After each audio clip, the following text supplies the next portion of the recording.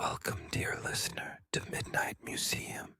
This is a sacred space where the stories of art and history unfold, soft as a whisper, to guide you into the gentle embrace of dreams. Tonight, we return to the heart of Paris, to the Louvre Museum, where a timeless treasure awaits under the cloak of midnight.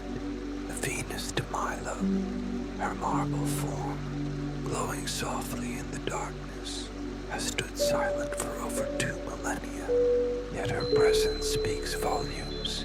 Who was she, this goddess carved from stone? What secrets linger in her missing arms? Her serene gaze settle into a quiet corner, perhaps with a blanket or a cup of tea. Close your eyes and let her tale carry you away.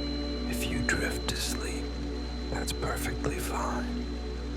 Her story will linger, waiting for you in the shadows of your dreams, like a melody half remembered.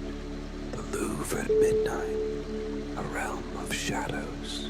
Imagine the Louvre at midnight, the grand halls, alive with the chatter of tourists by day, are now empty. Their echoes faded into a profound silence. The guards, lulled by the stillness, rest in their chairs, their lanterns casting faint pools of light across polished floors. The museum breathes, its ancient walls pulsing with the weight of centuries. Built in 1190 as a fortress to shield Paris from Viking raids along the Seine, the Louvre stood as a stone sentinel, its moat and towers a testament to medieval might. Under Charles V in the 14th century, transformed into a royal palace, its chambers adorned with tapestries, gilded mirrors, and treasures of the French crown. By 1793, amid the fervor of the French Revolution, it became a public museum, opening its doors to the people and housing over 35,000 works across 6,600 square meters, spanning 7,000 years of human creativity. The Louvre's architecture is a tapestry of time, its medieval foundations still visible in the Sully Wings crypt, whisper of knights and sieges, Renaissance wings added under Francis I, glow with elegant frescoes and carved cornices. In 1989, I.M. Bay's glass pyramid rose in the Cour Carrée, a modern marvel that blends past and present, its facets reflecting starlight like a beacon. At this hour, the museum is a world apart. Moonlight streams through tall, arched windows, bathing the galleries in a silvery glow. The air hums with the whispers of history, as if the artworks themselves converse in the dark. Footsteps echo faintly, perhaps a memory of kings or curators, and the Seine outside flows quietly, its ripples catching the moon's reflection. The Dinan wing, home to the Mona Lisa, our guide from last time, lies silent. But tonight, another voice calls us from the Sully Wing. There, down a corridor lined with Greek antiquities, stands the Venus de Milo. Her Parian marble form, carved around 100 BCE, glows softly, her missing arms, a mystery that draws us closer. The air feels heavier here, as if time itself holds its breath. Let's linger in these halls, where every shadow tells a story. Before we approach her, let the calm of this moment wash over you, like a tide lulling you to rest. As we wander the Sully Wing, moonlight dances on ancient sculptures, casting intricate shadows across marble floors. To our left, the seated scribe from ancient Egypt, carved in 2500 BCE, gazes with startlingly realistic eyes of and copper. Found in Saqqara in 1850, this limestone figure captures the quiet dignity of an unknown bureaucrat, his hands poised as if to etch wisdom onto papyrus. Nearby in the Richelieu wing, the Code of Hammurabi, a basalt stele from 1754 BCE, looms tall, its 282 laws etched in cuneiform under the Babylonian king's command, governed an empire with rules on trade, marriage, and justice, a testament to humanity's early quest for order. Across the hall, the winged victory of Samothrace, sculpted in 190 BCE, perches atop the Daru staircase, her marble wings frozen in mid-flight. Discovered in 1863 on the windswept island of Samothrace, she commemorates a naval triumph, her drapery rippling as if caught in an eternal sea breeze, her missing head adding to her mystique. But it is the Venus de Milo who commands our attention tonight, standing 6 feet 8 inches tall in her gallery. She dominates the space, her Parian marble surface smooth, despite the scars of 2 millennia. Found in 1820 on the island of Melos, she was a gift to King Louis XIII, her beauty captivating the world and briefly rivaling the Mona Lisa's fame. Her torso twists gently in a contrapposto pose, her drapery clings to her hips, and her serene face, with high cheekbones and full lips, seems to hold a secret. Without her arms, she is both incomplete and eternal, a paradox in stone. Around her, other Greek sculptures, Korai maidens, Koroi youths, and marble reliefs whisper of a lost world, their forms glowing in the moonlight. The Louvre's Greek collection, amassed through 19th century expeditions, tells of empires and gods, but Venus stands apart, her silence louder than the rest. As we draw closer, feel the stillness of this moment, the weight of history settling around you. Let your mind drift, carried by the whispers of ancient Greece. Who is she? The Venus de Milo is Aphrodite, the Greek goddess of love, beauty, and desire, known as Venus to the Romans. To understand her, you must step back to the myths that birthed her, to a time when gods walked among mortals, and the heavens touched the earth. In Hesiod's Theogony, written around 700 BCE, Aphrodite's origin is a tale of cosmic wonder. The titan Cronus, in a rebellion against his father Uranus, the sky god, severed Uranus's body, casting it into the sea. From the foam, where blood met salt water, Aphrodite emerged radiant and divine, carried by waves to the shores of Cyprus. Her name, from Aphros, foam, evokes this primal birth, a moment of creation as beautiful as it was violent. Picture her rising from the sea, her hair glistening with pearls, her form glowing under starlight, the waves curling at her feet. Like a chorus of worshippers, let this image linger in your mind. In Homer's Iliad, a different tale unfolds. Here, Aphrodite is the daughter of Zeus, king of the gods, and Dione, a nymph of divine grace. Born in the halls of Olympus, she is both powerful and vulnerable. Her beauty a force that shapes destinies. Her cult spanned Greece. In Corinth, her temple housed priestesses who celebrated love as a sacred act. In Cythera, her sanctuary drew pilgrims seeking her blessings. She was the patron of lovers, poets, and sailors. Her influence felt in every heartbeat and every tide. Her most famous myth, the Judgment of Paris, sparked the Trojan War. 3 goddesses, Hera, Athena, and Aphrodite, vied for a golden apple inscribed with, "To the fairest."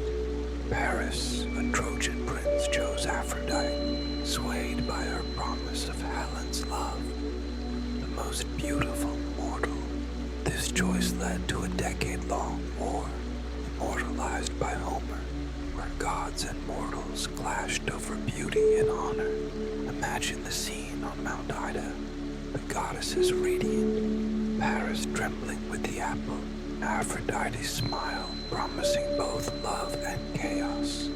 Let this story unfold, soft and unhurried. In your dreams, Aphrodite's many faces, a goddess of contradictions. Aphrodite is no simple deity. She is love incarnate, yet her myths reveal a goddess of contradictions. Tender, yet fierce, divine yet deeply human. In the Odyssey, she tempts mortals with her charm, her laughter echoing through epic tales. In Septuagint, in the Odyssey, she tempts mortals with her charm, her laughter echoing through epic tales. In Sappho's poetry, her beauty inspires both devotion and longing, her presence felt in the blush of dawn and the sigh of lovers.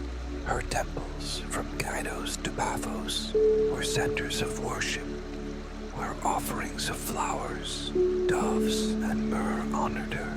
In Knidos, Praxiteles' statue of Aphrodite, the first nude female sculpture in Greek art, drew pilgrims who gazed upon her marble form in awe, believing it captured her divine essence.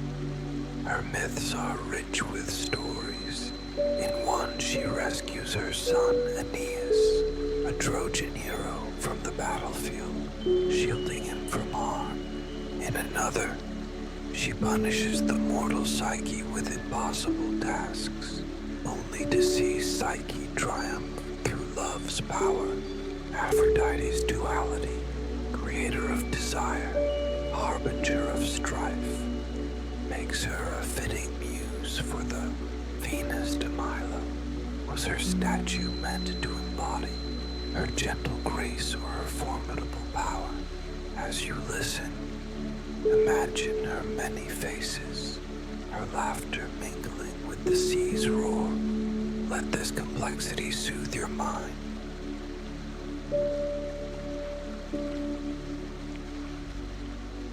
The Venus de Milo was born in the Hellenistic period, roughly 323 to 31 BCE, a time of unparalleled splendor. Following the death of Alexander the Great, his empire, stretching from Greece to India, spread Greek culture across continents, blending it with Persian, Egyptian, and Indian traditions. Cities like Alexandria, Antioch, and Pergamon became beacons of art, philosophy, and science.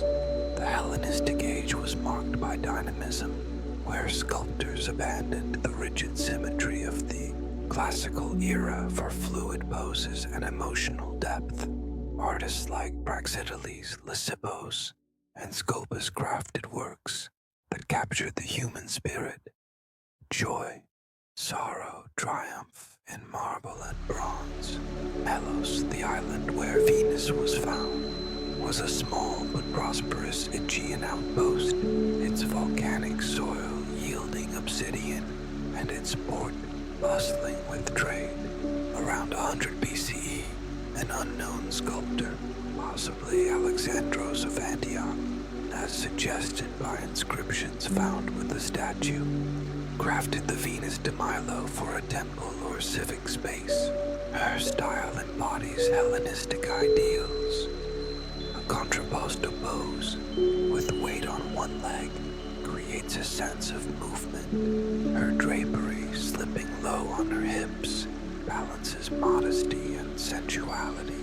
Her scale, larger than life, reflects the era's ambition to create gods in stone. Picture Melos in 100 BCE.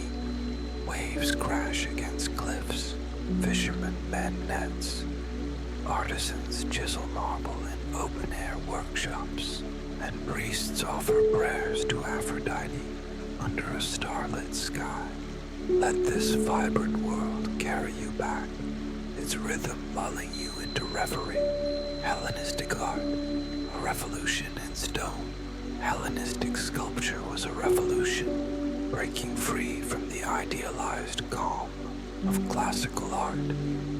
The Venus de Milo shares the stage with masterpieces like the Laocoon group, depicting a priest and his sons wrestling serpents, their faces contorted in anguish. The Pergamon altar, with its friezes of gods battling giants in dynamic relief, and the dying call, a fallen warrior whose marble form conveys both defeat and dignity. These works, crafted between 330 BCE, used marble and bronze to explore human emotion.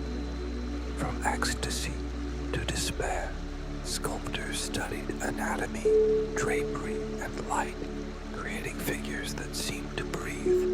The Venus de Milo's twisting torso, flowing drapery, and serene expression reflect this shift. Her form, a dialogue between the divine and the mortal. The Hellenistic world was also a crucible of innovation. In Alexandria, the library housed 500,000 scrolls, preserving works by Euclid, Archimedes, and Aristarchus, who proposed a heliocentric universe. Sculptors worked alongside philosophers, their studios filled with models of muscles and cloth. Imagine a Hellenistic workshop, marble dust in the air, bronze tools gleaming, torchlight flickering on half-carved statues. Let this scene unfold, its energy sparking in your mind.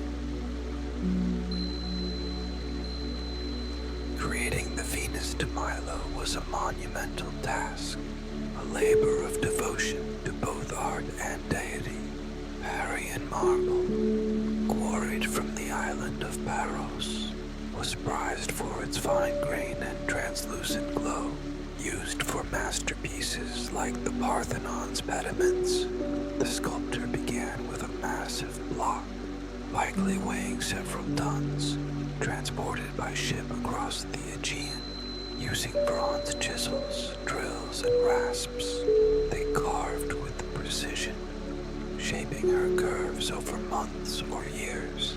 The statue was crafted in two main sections, torso and lower body, joined at the hips with lead dowels, her arms attached separately, now lost to time. Polished with pumice and emery, her surface gleamed, reflecting torchlight in ancient temples or civic halls. Her pose is a study in balance and grace, her torso twists in contrapposto, her left leg bearing her weight, her right leg bent, creating a fluid S-curve that suggests movement frozen in time.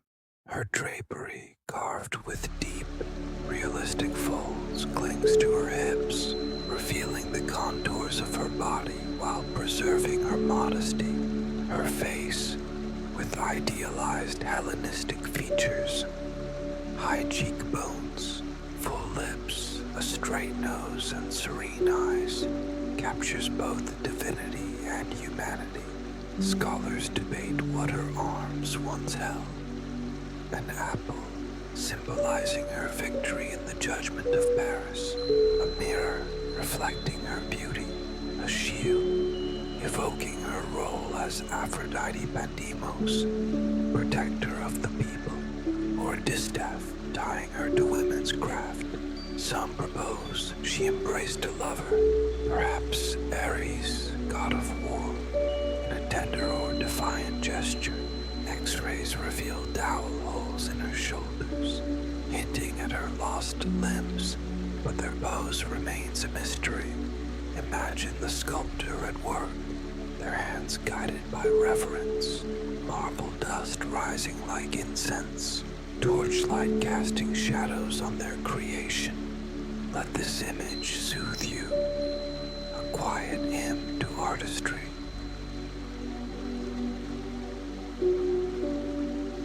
The de Milo lay buried for centuries, hidden beneath the volcanic soil of Melos.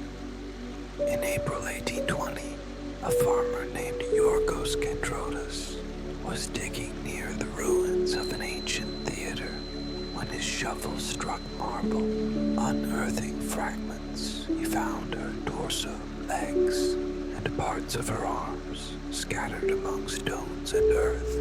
French naval officers stationed on Melos as part of France's post-Napoleonic expeditions recognized her value. Olivier Foutier, a young ensign with a passion for antiquities, helped excavate the site, uncovering inscriptions that dated her to the Hellenistic period. The French purchased her for 750 francs, a modest sum for a goddess, and loaded her onto a ship bound for Paris. Her journey was fraught with peril. Storms battered the ship, and her fragments, packed in wooden crates, risked damage. Arriving at the Louvre in 1821, she was reassembled under the watchful eye of curators. Restorers debated reconstructing her arms, proposing plaster additions to complete her form, but King Louis XVIII, advised by scholars, chose to leave her as found, her mystery intact. Displayed in the Sully Wing, she drew crowds, her beauty sparking awe and debate. Was she Aphrodite, a civic statue, or a private commission? Her inscriptions mentioned a sculptor named Alexandros, possibly from Antioch, but offered little else. Imagine that moment of discovery. Yorgos's shovel-striking stone, the marble gleaming under Mediterranean sunlight, a goddess reborn after centuries of silence. Let this scene fill your mind with wonder, a spark of the divine in a farmer's field. The Venus in 19th century Paris, a cultural sensation. Upon her arrival, the Venus de Milo became a sensation in Restoration era Paris. The 1820s were a time of cultural rebirth, with France seeking to reclaim its artistic prestige after Napoleon's fall. The Louvre, transformed into a public museum in 1793, was a symbol of national pride, and Venus was its crown jewel. Exhibited in 1821, she drew artists, poets, and intellectuals.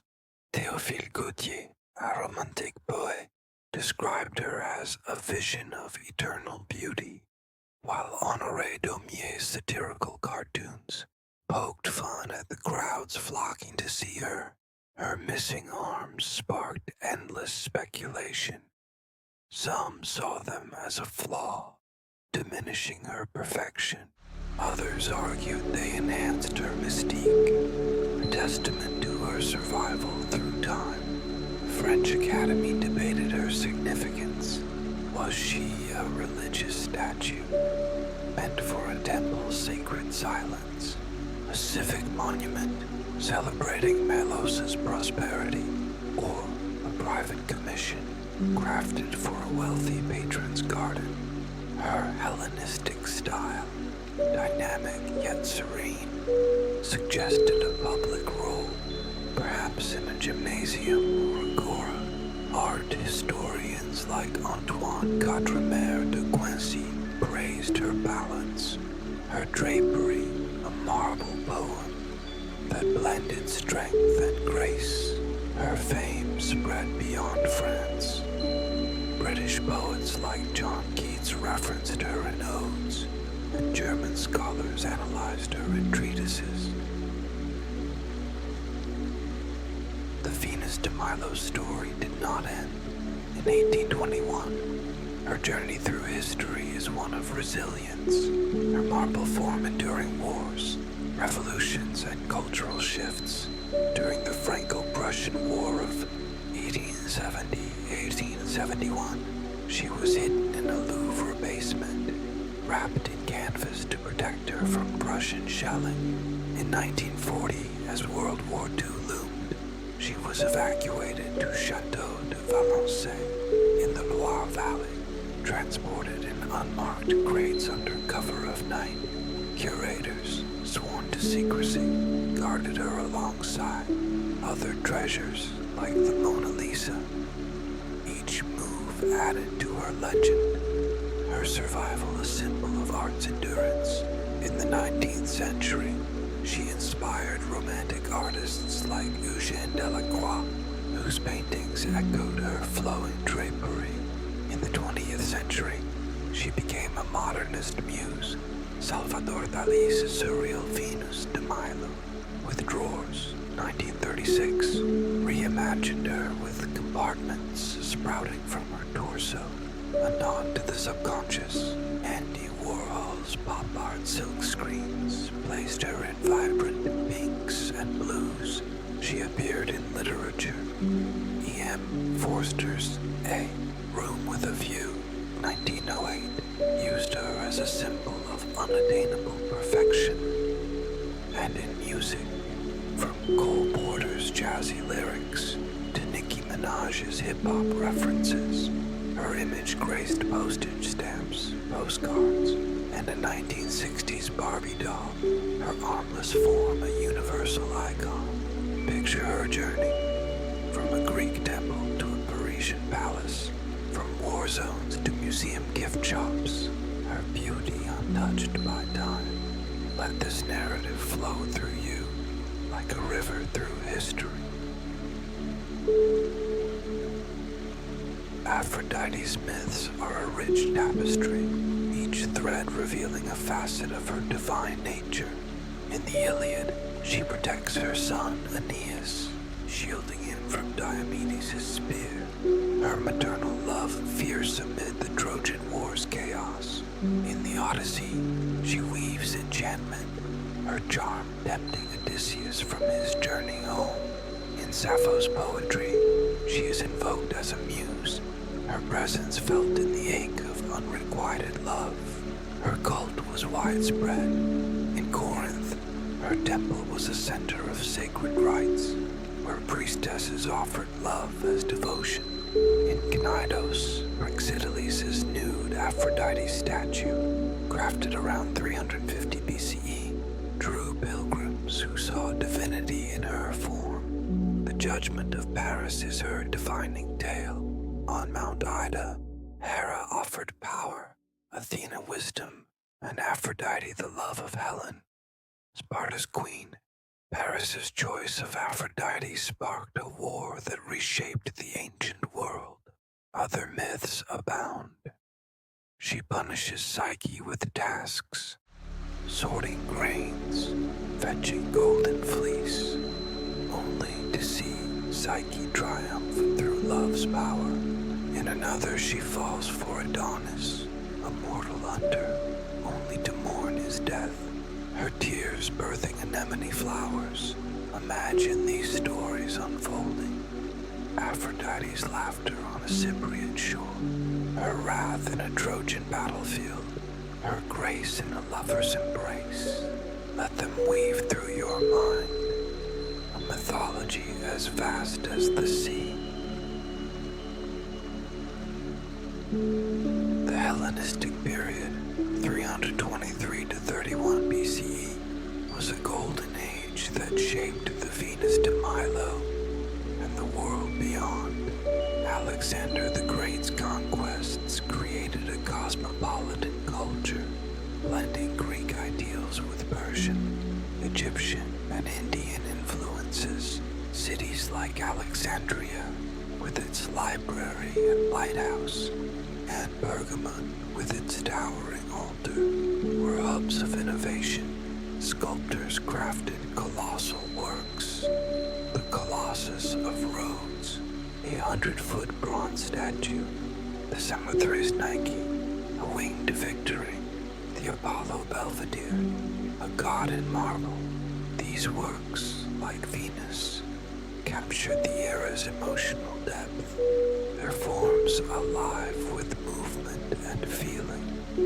Hellenistic science flourished alongside art. Euclid's geometry, Archimedes' physics, and Eratosthenes' measurement of the Earth's circumference reshaped knowledge. Philosophers like Epicurus and Zeno debated pleasure and virtue in shaded stoas. The Venus de Milo, with her dynamic pose and intricate drapery, embodies this era's ambition to capture the divine in stone, to bridge mortal and immortal. Picture Pergamon's Acropolis, marble temples gleaming, artisans carving myths, philosophers debating under olive trees. Let this world spark in your imagination, its vibrancy, a lullaby for your dreams. The craft in context, Hellenistic sculptural techniques. Hellenistic sculptors were masters of their craft, their techniques a blend of skill and innovation. Parian marble, sourced from Baros's quarries, was shipped across the Aegean, its translucent quality ideal for capturing light. The Venus de Milo's creation involved multiple artisans. Quarrymen cut the block, shipwrights transported it, and sculptors shaped it with bronze tools. Drills carved deep folds in her drapery, while abrasives like pumice polished her surface to a mirror-like sheen.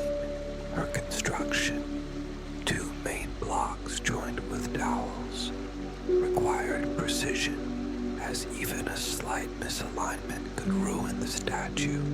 Her pose reflects advanced techniques. Contrapposto, developed in the classical era, was refined in the Hellenistic period to suggest motion. Her drapery, with its wet-look folds, mimics fabric clinging to skin, a feat achieved through careful undercutting. Her face follows the Hellenistic ideal, idealized yet expressive, her eyes carved to catch light, her lips suggesting a faint smile. Imagine the workshop, torchlight flickering, marble chips falling, the sculptor pausing to study their work, their hands steady with purpose. Let this scene calm you, a meditation on creation.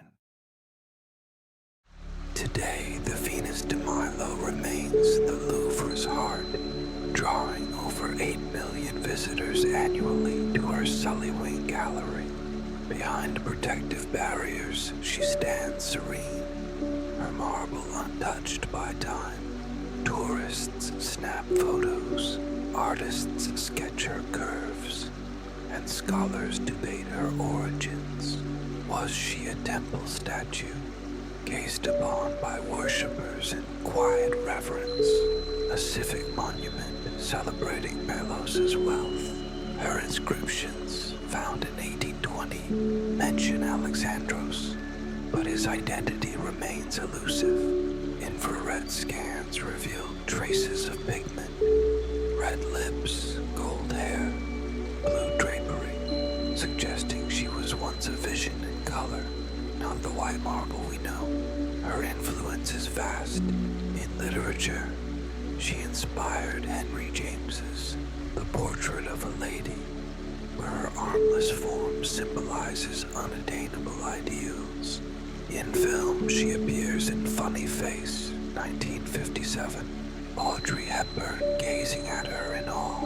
In fashion, Dior and Versace have draped models in gowns echoing her folds. She's a meme star too, with internet jokes about her armless charm or bad day at the gym. What does she see in us? Our longing for beauty, our questions about her past, our stories projected onto her silent form. As dawn nears, the Louvre stirs, but her whisper lingers. Let it guide you into dreams. The Venus de Milo is a riddle, her mystery missing arms the heart of her enigma? Were they broken in a temple's collapse, lost in a shipwreck, or discarded during her 1820 excavation? Scholars propose countless reconstructions. Holding an apple, a mirror, a shield, or a distaff, embracing Ares or a mortal lover, or standing alone, her hands empty but expressive. X-rays show dowel holes in her shoulders, suggesting detachable arms, but no fragments confirm their pose. In 2010, a Louvre exhibit used 3D models to explore possibilities, yet none felt definitive. Her serene face, calm, almost smiling, offers no answers. Her silence a canvas for imagination. Her mystery fuels her power. Feminists see her as liberated, free from gestures that might define her. Art historians like Kenneth Clark call her a symbol of endurance, her beauty undiminished by loss. Conspiracy theorists imagine hidden meanings, a cult statue with secret rites, a coded message in her drapery's folds. As you listen, picture her arms, their phantom gestures, perhaps reaching for love, shielding her heart, or offering a gift. Let these possibilities drift like clouds in your mind. What makes the Venus de Milo timeless? She embodies humanity's quest to create beauty, to find meaning in stone. Her sculptor, unknown yet masterful, poured their soul into her form, bridging mortal and divine. She speaks to our longing for connection, to gods, to history, to each other. In her presence, we see ourselves, flawed and complete, yet striving for perfection. Her missing arms invite us to imagine, to fill her story with our own. Her legacy spans cultures. In Japan, she's a symbol of Western art. In Brazil, her image graces carnival floats. She's a reminder that art endures, surviving wars, thefts, and time itself.